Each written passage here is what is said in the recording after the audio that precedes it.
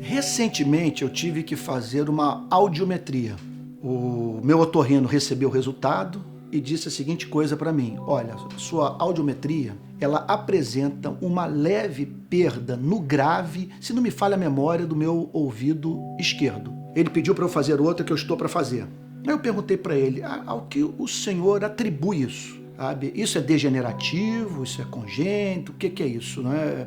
Ele falou: não, isso aí, pelo resultado do exame, eu tenho a impressão que isso aí é resultado de exposição a som alto. Só tem um lugar na minha vida onde os meus tímpanos têm contato com o volume de som que quase os explodem, sabe? Que são os cultos das mais diferentes igrejas evangélicas do país, nas mais diferentes cidades.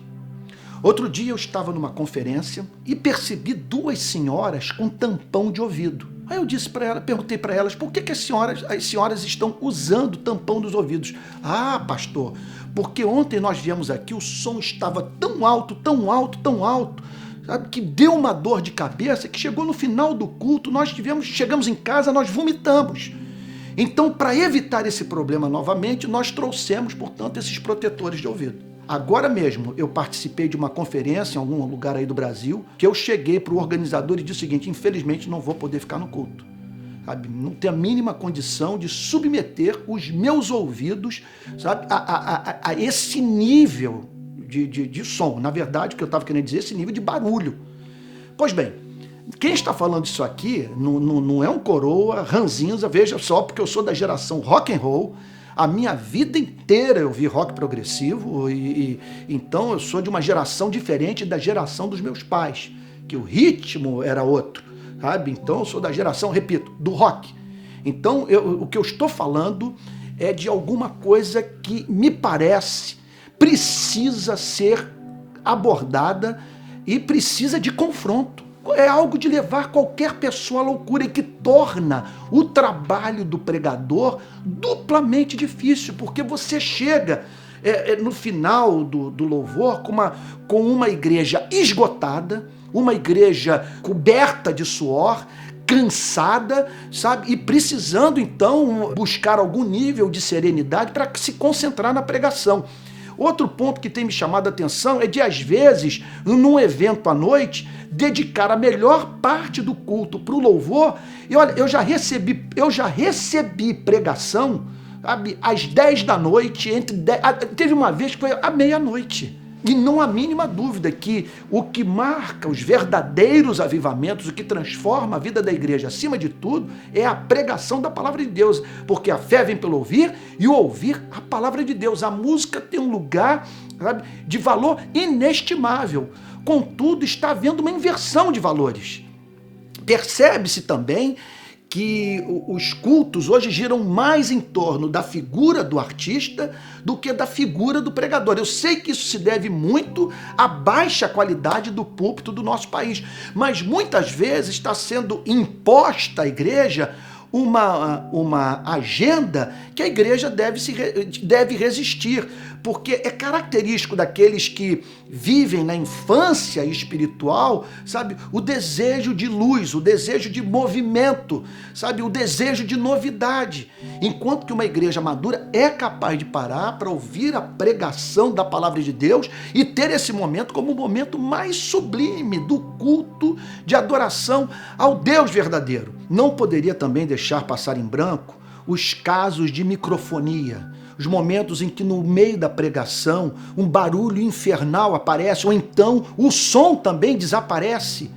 E também, somado a isso, o trabalho daqueles que aparelham a mesa de som. Muitas vezes pessoas sem o mínimo preparo, nesse ponto a igreja age de uma forma muito diletante, muito amadora, e faz, portanto, com que o trabalho do músico seja prejudicado em razão de que aquele que opera o som não ter a mínima formação para o exercício desse tipo de atividade. Poderíamos também acrescentar ao que eu estou falando algo que tem íntima relação com essa questão do volume do som. É que parece que os músicos competem uns com os outros, e como muitas vezes não há profissionalismo você não tem gente bem preparada para tocar esses instrumentos, é um barulho infernal. Sabe? Você então não consegue distinguir um aparelho do outro. Outro ponto, quando o louvor vira mantra e uma repetição infindável das mesmas frases sem a mínima criatividade.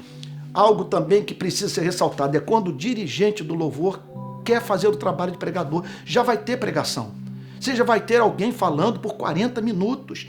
Então o objetivo do condutor do louvor é diminuir para que Cristo apareça. E usando aqui uma metáfora do mundo do futebol, não sei se é adequada, mas é botar a bola na marca do pênalti para o pregador, é preparar o coração da igreja para ouvir a boa pregação da palavra de Deus. Falta também, muitas vezes, uma habilidade de relacionar a música que vai ser entoada depois da pregação com o conteúdo daquilo que foi pregado. Sem mencionar o fato que muitas vezes o dirigente de louvor destrói a obra do Espírito Santo levada a cabo através da pregação, contando piada. Pessoas ainda enxugando as lágrimas, e aí se apresenta essa criatura para descontrair o ambiente. Sabe? E às vezes o momento pede até mesmo para que nada mais seja feito, que o culto se encerre, ou então que seja seguido um momento de oração em razão do tamanho impacto produzido por aquilo que foi proclamado.